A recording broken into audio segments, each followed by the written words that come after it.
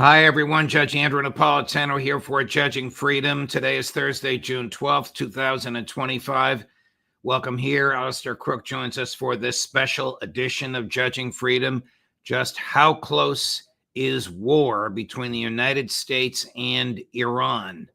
But first, this. While the markets are giving us whiplash, have you seen the price of gold? It's soaring. In the past 12 months, gold has risen to more than $3,000 an ounce. I'm so glad I bought my gold. It's not too late for you to buy yours. The same experts that predicted gold at $3,200 an ounce now predict gold at $4,500 or more in the next year. What's driving the price higher? Paper currencies. All around the world, they are falling in value. Big money is in panic as falling currencies shrink the value of their paper wealth. That's why big banks and billionaires are buying gold in record amounts. As long as paper money keeps falling, they'll keep buying, and gold will keep rising. So do what I did. Call my friends at Lear Capital. You'll have a great conversation, and they'll send you very helpful information. Learn how you can store gold in your IRA tax and penalty free or have it sent directly to your doorstep. There's zero pressure to buy and you have a 100% risk-free purchase guarantee. It's time to see if gold is right for you. Call 800-511-4620, 800-511-4620, or go to LearJudgeNap.com and tell them your friend the judge sent you. Alastair Crooke, welcome here, my dear friend. I know this is not your usual time of day or your usual day of the week, but events have made your presence much needed, and I truly and deeply appreciate it.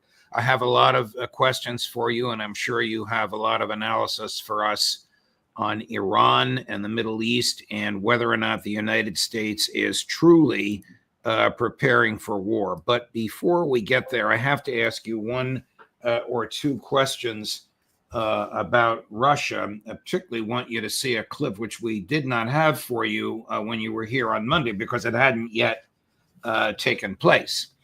He hadn't yet said it. This is Russian Foreign Minister Sergei Lavrov.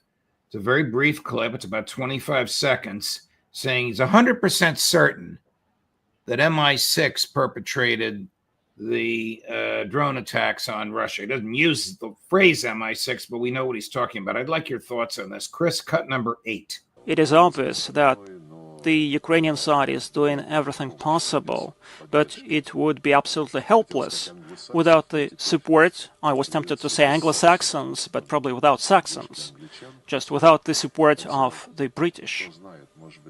Although you never know, probably by inertia, some US special forces would be involved in that. But the British are behind all those things, I'm 100% sure.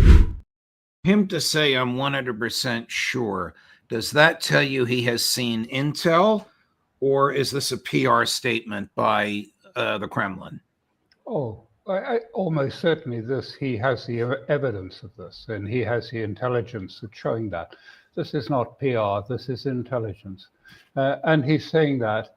Now, what does that mean? Does it mean that MI6 is running things? I would say that it's possible and very likely, and he's right, that MI6 could be fronting, that the British are fronting this. Perhaps the Americans are happy to sort of draw back a little bit on this so that it doesn't seem too obvious that they're engaged in a direct war with Russia, because that's still sensitive in the United States, that sense of it. So it may be that is the case, but nothing moves between London without consultation with the CIA in one form or another. You know, the head of the CIA station in London, I don't know the situation today or whatever, but it always used to be that he or she, it was often a she, simply could walk into Downing Street, into the Prime Minister's office, and pass a message or tell him what they wanted done. So, I mean, it's very close. They have the ability to go straight in and talk. And so it's quite likely that, at that level, they said, well, why don't you, I think it's easier for us if you front it a little bit, because there are, if you like, tensions in the United States. The United States doesn't like admitting that they're in a proxy war against Russia, let alone a direct war with Russia. So you can take the lead and we'll back it up. And I think probably that's what we're seeing there. Just the point is that absolutely the bedrock of British policy with the Five Eyes and all this period has been that there should be absolute cooperation between the intelligence services of the US and the UK. And that is more than any geopolitical or diplomatic priority, that is at the bedrock of British foreign policy. If that is still so, and we have no reason to disbelieve it, and Secretary of Defense Hegseth says under oath the United States didn't know about this, that can probably mean only one of two things. Either his underlings or his colleagues didn't tell him, or he's not being truthful. Well, many of these things, all of this type of operation has what you've heard say, plausible deniability. Well, what does that mean? Well, I mean, it means people are going to deny it. That's what plausible deniability. And when you put up a message to ministers or to the foreign secretary or to Secretary of State in America, you have to outline how the United States or Britain can deny involvement in a military operation or a special forces operation. And then they provide the arguments about why and how you can deny it. So it's built into the system, this denial.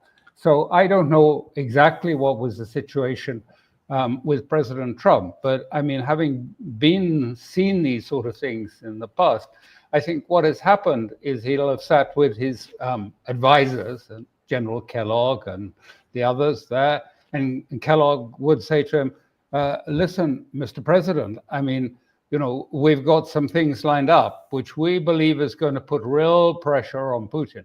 It's going to really change the paradigm of this war. And you don't need to know the details. You don't need to know the deals. You can deny it and say you didn't know anything about it. That's fine. And that's how it's done.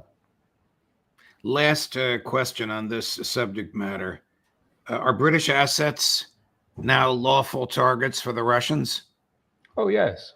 I mean, this is war. I mean, this is very much the case. If British forces are deliberately killing Russian civilians or others, then Russia has a right under international law and law of war to attack particularly British servicemen who may be engaged in this. Yeah, certainly. What is the, switching to Iran now, what is the status of the uranium enrichment issue? We have heard from Mr. Witkoff, both sides, from his mouth, that the United States is on both sides of this issue, that it won't permit any enrichment whatsoever, period. He knows it's a non-starter, and he knows the Iranians cannot agree to that. We've also heard him say that enrichment can stay at the level where it is now for a certain time period, as long as it stays at that level, and international authorities can examine it. As recently as last night at the Kennedy Center, the president said no enrichment whatsoever. Can we get a finger on where the United States stands on this and why the United States would seek to negotiate for something that's an absolute non-starter? Well, where we are, this was Wednesday night. Today's Thursday. Wednesday night, Witkoff delivered his remarks at the annual gala of the United Hatzalah organization held on Wall Street in New York, attended by about 1,100 guests, including people like Mariam Adelson and many others like that. And he said, quote, and I'll give you the quote, "Iran must never be allowed to enrich uranium or develop any nuclear capabilities. A nuclear Iran is an existential threat to Israel. Iran possessing large quantities of missiles is no less an existential threat than the nuclear threat. And it is an existential threat to the US, to the world, and to all Gulf states, end of quote. And that was what he said at the, as reported, at this gala meeting of this aid organization, United Hassala. I mean, I saw a few videos and people seemed to be almost dancing in glee with what he was saying, getting up and sort of slapping everyone and almost, I mean, you know, dancing in the aisles in happiness at what he's saying. So you asked me where we are. Well, I think that we're going backwards in these negotiations, if that is the position of the United States, and we must assume. He said that very carefully, as you heard. I mean, these words were put together not in a haphazard way. He said this very carefully. This is the first time I've heard from any American official, or he's not an American official, any person purporting to speak for the American government, that Iran's possession of missiles, non-nuclear missiles, is an existential threat to the United States. Exactly, yes. I mean, this is absurd. This is irrational for them to suggest. What is he telling? That he's going to try and negotiate a position where Iran will destroy its own weaponry when a madman like Netanyahu every day is threatening to attack? I mean, if you go back to, I looked up the speeches of Trump at the time when the United States withdrew from the JCPOA, and he also brought it up. He didn't put it in terms that these missiles were a threat to the United States. He was just saying that the things that have to be, that the question of the nuclear thing was one thing, but why he was withdrawing from JCPOA was because of the missile threat and because of Iran's support for these so-called terrorist organizations like Hamas, Hezbollah, and the Houthis. So it's been in the background for some time. Now it's coming out. So is this? I think I would just ask. I mean, we have to work out. The key question is this reality TV? Is this Trump wanting to divert attention from something else? Is this real? Because if so, it seems to be completely divorced from reality. I mean, the whole project has become divorced from reality. And I would say that this follows exactly what we've seen in Russia with this. If you like, an approach to Russia totally divorced from any understanding of what is Russia, understanding of the situation, military situation. And nonetheless, it has been pursued in the hope that this pressure would somehow produce, you know, a lucky result, and Putin would agree to being, if you like, imprisoned in a cage of a ceasefire to await a further round of war in a few years' time. Well, that's not going to happen. But it's the same thing here. If this is considered to be pressure by the advisors, I think they were all meeting at Camp David over the last few days at some point. If they think this is going to get Iran to say, oh my goodness, I mean, you know, we better, you know, give in and do what Mr. Trump says, they've got it as wrong as the team has got Russia wrong. They do not understand it's going to redouble the Iranian determination, the resolve of not just the Iranian government, but the Iranian people. You know, you see polls now coming out in Iran where 69% of Iranians say, look, we think it's time to go for a nuclear weapon. I mean, with all this pressure that we see coming. Now, this is time, let's go for it. Let's do it. I mean, I'm not saying that that's the position of the government. It isn't. Nothing has changed in that respect. But I'm just saying the temper of people, the resolve, it's similar to what we've seen, the anger in Russia and the feeling that now is the time. We just have to push on. And I think, so it could be that this is seen by the team as, pressure, and we will, be able to use this, the threat of Israel doing an attack on Iran. By the way, the Iranians not the slightest worried about Israel attacking them, because they know they're not capable of attacking them in any serious way. They don't have the planes or the capability. They don't have the tanker aircraft to refuel enough aircraft to make this realistic. You need a lot of aircraft in the air to suppress air defenses. Each one of those needs refueling perhaps once or twice during the journey, wherever it goes, through Iraq or something like this. These are not easy. Now, the thing is, it's become also, for many Iranians and for the leaders, this round of negotiations with America is not straightforward at all, because they say, what if we do a deal? Supposing we do a deal with America, whatever it be. I'm not saying what it would contain, but if we did a deal with America, why would that benefit Iran now? Because so much of, if you like, what was covered by the JCPOA back in the early days, like things like the central bank was sanctioned, right, like the national oil company was sanctioned. Okay, and then after 2015, the United States changed that and sanctioned them not under the nuclear issue, but under the Palestinian issue. And we've had the same with the CAATSA and the human rights, if you like, sanctions, and the personal sanctions or for terrorism on the IRGC.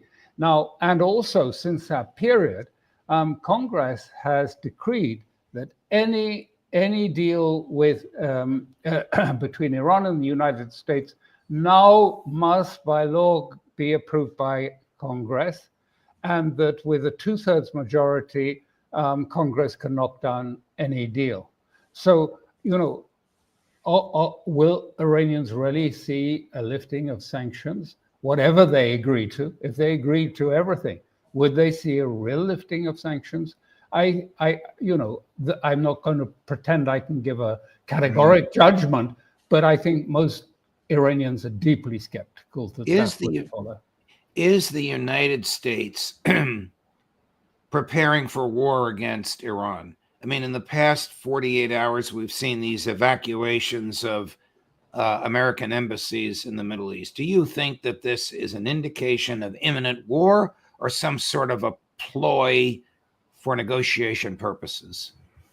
Well, as I say, it could be, but it doesn't really matter which it is, which is a straight answer to give you. It doesn't really matter, because if it's a negotiation ploy, it will fail. And if it's a ploy to prepare for war, well, that's going to fail too. So, it doesn't really change much, whichever it is. Yes, I think they're preparing. Clearly, Israel is preparing too. They are preparing very fast. They are delighted. They are dancing in the streets at the idea that America may attack Iran. But as I've tried to say several times in this, even America cannot attack the Iranian nuclear bunkers. Well, they're more than bunkers. They're hidden in mountains of the Iranian nuclear deterrence.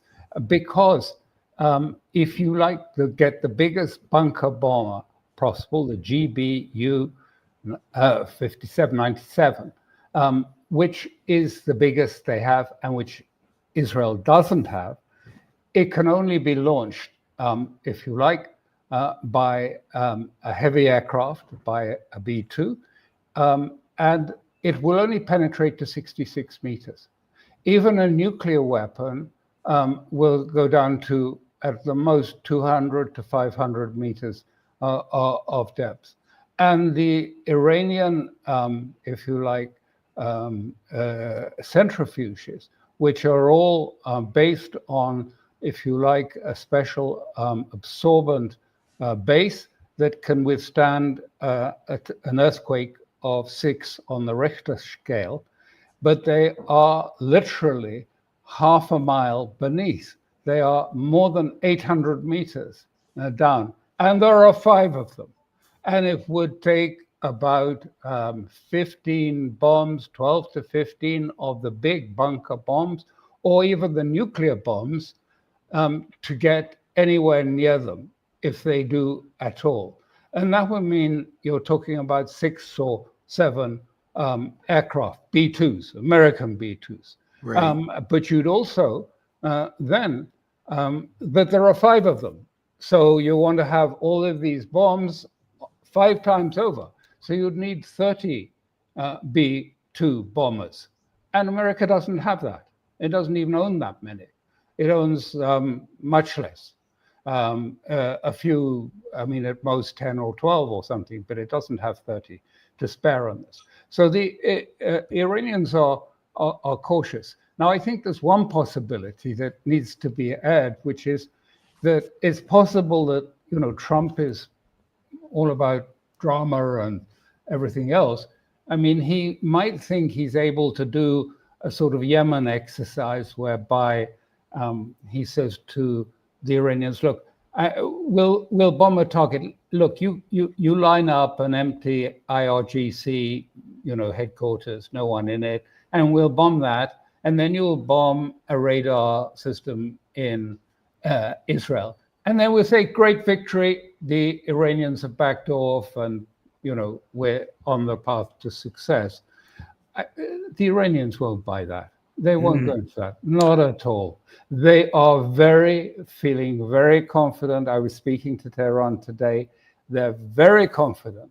They're not at all fussed. They think that, and I would say, following a military analyst that I much admire, Will Shriver, and who says basically, pity the country that attacks Iran. Pity the country, Israel or America, that attacks Iran, because they're going to pay a huge price, and Israel will. And we've left out the other great element in this, which is really important, is Iran claims that it has managed to steal a cache of nuclear secrets from Israel, which include the complete, if you like, target range of their most sensitive nuclear sites in Israel, all the details of those. And they also have a treasure trove of other intelligence. Now, I haven't seen it and wouldn't understand it probably if I did, but it's been seen by some Farsi-speaking bits of it, not all of it, because they've had this for some time. But it also shows, or purports to show, that the IEA have been playing a double game throughout this, that they have been providing intelligence directly to Israel about, if you like, Iranian secret sites and others. So we have here this happening, and at the same time, if you like, the board of governors of the IAEA have now produced a resolution stating that Iran is in breach of the JCPOA, which is obviously a prelude to a coming resolution for a snapback of sanctions. So as I say, the process, if it is a political process, is going backwards at this time. What happens if Iran does have Israeli nuclear secrets and it publishes them? What does that achieve? I don't think they'll publish them until they've attacked them first. They can publish them after, but I think they'd probably want to, you know, to keep the element of surprise, military surprise, in their hands first. So yeah, no, I mean, look, this would be devastating for Israel if this is true, which may explain why we've had a slight change in tone from Netanyahu, who has been saying, well, you know, I could see, if you like, just temporary enrichment, of course, which he's always said, never, ever, ever. And of course, even that temporary enrichment is not acceptable to Iran, the idea of this consortium. By the way, that consortium idea did not come from the Iranians, it came from the American side. And it's not going to fly, it's not going to work, because essentially America wants this consortium. I mean, they even claim that they've decided how many shares each side owed. It's not true. And this consortium idea wouldn't even be in Iran. So that at any point, the West could still turn off the energy supply.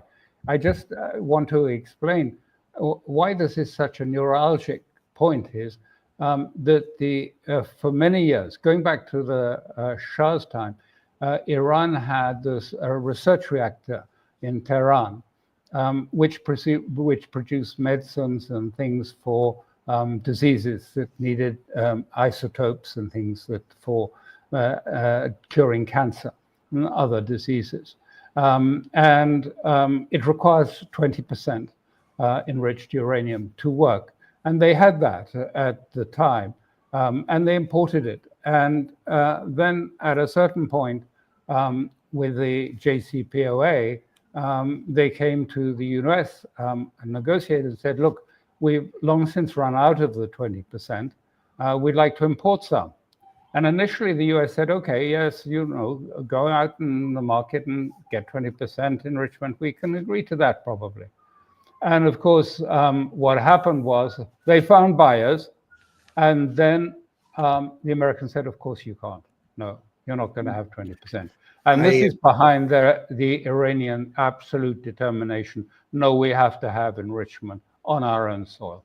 We can't let it just be at the whim of another state. Before we finish, I want your comments on this. We're going to play two clips from the American Director of National Intelligence, Tulsi Gabbard. One is testimony under oath before Congress saying that the IC, the intelligence community, is convinced that Iran does not have a nuclear weapon. And the other is a video she made just the other day for her own personal website, not an official government website, saying the opposite. The IC continues to assess that Iran is not building a nuclear weapon, and Supreme Leader Khamenei has not authorized the nuclear weapons program that he suspended in 2003. As we stand here today, closer to the brink of nuclear annihilation than ever before, political elite and warmongers are carelessly fomenting fear and tensions between nuclear powers. Perhaps it's because they are confident that they will have access to nuclear shelters for themselves and for their families that regular people won't have access to. Interesting as to whom she's referring in the second one. Is she talking about Lindsey Graham, Benjamin Netanyahu? She can't be talking of anybody in Iran because they're not threatening to use a weapon that they don't have. I think that she's probably talking, you may have seen that Larry Johnson, when he was in Moscow this week, he met with a very senior general in Moscow who told him, that this attack on the air bases, we had come closer to nuclear war with the West than any time since the Cuban Missile Crisis. Oh, so that's what she was talking about. I think that's probably what she was talking about. But equally, I mean, what we're talking about in Iran, because we're going into the same thing, where we have some plans and ideas about that Iran would fold, that it is weak, that it doesn't have any air defenses, and it would collapse very easily, so we can put the pressure on. It has weapons that have the capabilities of a nuclear explosion. It already has those. It has hypersonic missiles, and it has even larger missiles with capabilities that we don't exactly know. But as I say, it could be devastating.